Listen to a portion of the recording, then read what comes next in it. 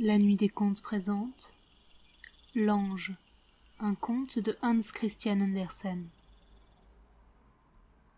Chaque fois qu'un bon enfant meurt, un ange de Dieu descend sur la terre, prend l'enfant mort dans ses bras, ouvre ses larges ailes, parcourt tous les lieux que l'enfant a aimés, et cueille une poignée de fleurs. Ces fleurs, tous deux les portent au bon Dieu, pour qu'il les fasse refleurir là-haut, plus belles que sur la terre.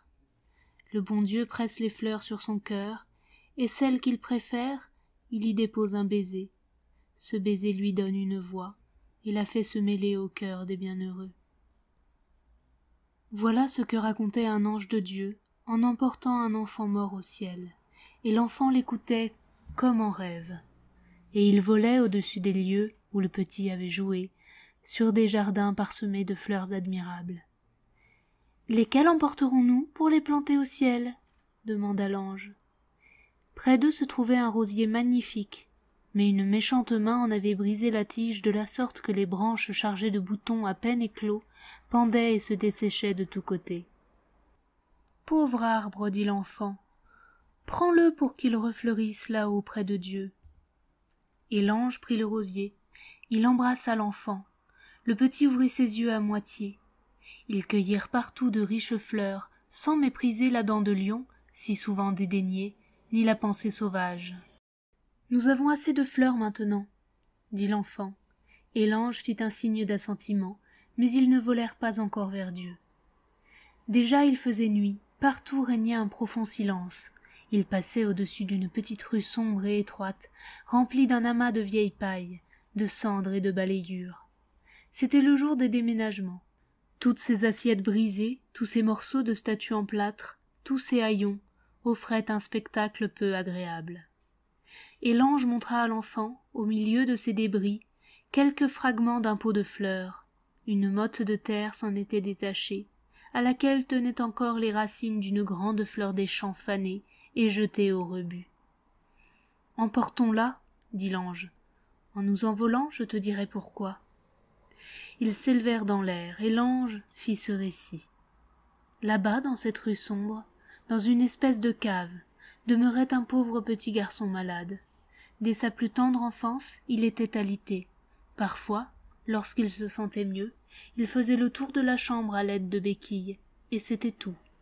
En été, les rayons du soleil venaient de temps en temps éclairer cette misérable demeure, et alors le petit garçon se réchauffait au soleil, regardant le sang rouge circuler dans ses doigts délicats et diaphanes, en disant « Aujourd'hui, Dieu merci, j'ai pu sortir. » Il ne connaissait la magnifique verdure de la forêt que par une branche de hêtre que le fils du voisin lui avait apportée.